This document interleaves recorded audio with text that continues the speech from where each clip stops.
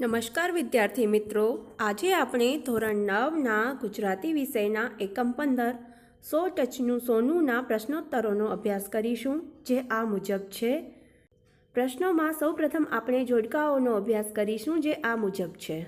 100 ટચનું સોનું પાઠ કે કૃતિના લેખિકા સુધામૂર્તિ છે.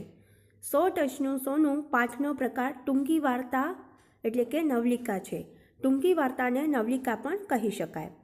હવે આપણે એક વાક્યમાં ઉત્તર લખો એ પ્રકારના પ્રશ્નોનો અભ્યાસ કરીશું, જેમાં પહેલો પ્રશ્ન છે, કુટુંબમાંની દ્રષ્ટિએ 100 ટચનું સોનું એટલે શું?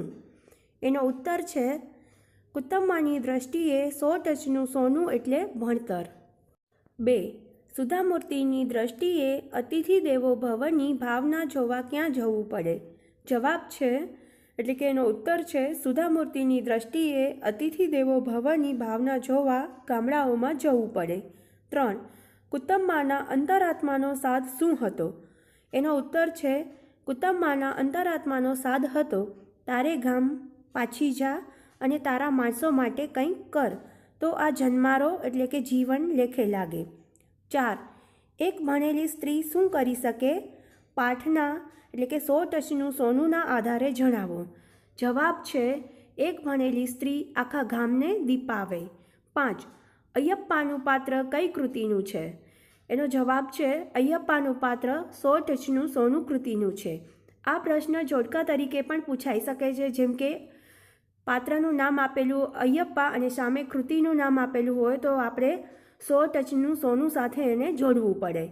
હવે આપણે 2-3 વાક્યમાં ઉત્તર લખો એ પ્રકારના પ્રશ્નોનો અભ્યાસ કરીશું, જેમાં પહેલો પ્રશ્ન છે, કુટુંબમાએ દાગીના ગળાવવાની ના પાડી દીધી, કારણ કે એનો ઉત્તર છે, કુટુંબમાએ દાગીના ગળાવવાની ના પાડી દીધી કારણ કે તે ભણતરને 100 ટચનું સોનું એટલે કે ઘરેણું માનતા હતા. તે પોતાના વિસ્તારના છોકરા ઘેર રહીને ભણી શકે તેવું કંઈ કરવા ઈચ્છતા હતા. બીજો પ્રશ્ન છે, લેખિકા સાથે વાત કરતા કુટુંબમાંના ગળે ડૂમો બાજ્યો, કારણ કે ઉત્તર છે, લેખિકા સાથે વાત કરતા કુટુંબમાંને તેમના પતિના અવસાનની એટલે મૃત્યુની છેલ્લી ક્ષણો યાદ આવી. વળી તેમણે આપેલું વચન, એક ભવમાં 2 ભવ નહીં કરું, ગગાને ભણાવીશ અને પગભર થાય એવો તૈયાર કરીશ, એ બધું યાદ આવ્યું. તેથી તેમના ગળે ડૂમો બાજ્યો. આપણે સવિસ્તર ઉત્તર લખો એ પ્રકારના પ્રશ્નનો અભ્યાસ કરીશું. પ્રશ્ન આ મુજબ છે, કુટુંબમાંનું પાત્રાલેખન કરો. એનો ઉત્તર છે, કુટુંબમાં સુધામૂર્તિ દ્વારા લખાયેલ તેમજ સોનલ મોદી દ્વારા અનુવાદિત 100 ટચનું સોનું કૃતિનું જાજરમાન એટલે ગૌરવશાળી પાત્ર છે. કુટુંબમાં બહુ ગરીબ હતા. નાનપણથી જ એ મજૂરીએ જ હતા. તેમના લગ્ન પણ નાની ઉંમરે જ થયા અને નાની ઉંમરે જ લગ્ન પછી દીકરો જન્મ્યો. દીકરાને સારું ભણતર આપવા માટે તેમણે કુટુંબ નિયોજન અપનાવ્યું. દીકરો 5 વર્ષનો થયો ત્યારે કુટુંબમાંના પતિ ઝેરી સાપ કરડવાથી મૃત્યુ પામ્યા. તેમણે તેમના પતિને વચન આપ્યું કે એક ભવમાં 2 ભવ નહીં કરું, ગગાને ભણાવીશ અને પગભર થાય એવો તૈયાર કરીશ. આમાં એમની હિંમત અને દ્રઢ મનોબળના દર્શન થાય છે. દીકરો પગભર થયો અને અનેક હોટલોનો માલિક બન્યો. કુટુંબમાંએ દીકરાને કહ્યું, મારો અંતરાત્મા સાદ કર્યા કરે છે, તારે ગામ પાછી જા અને તારા માણસો માટે કંઈક કર, તો આ જન્મારો લેખે લાગે. માની વાત દીકરાને ઘડે ઉતરી ગઈ.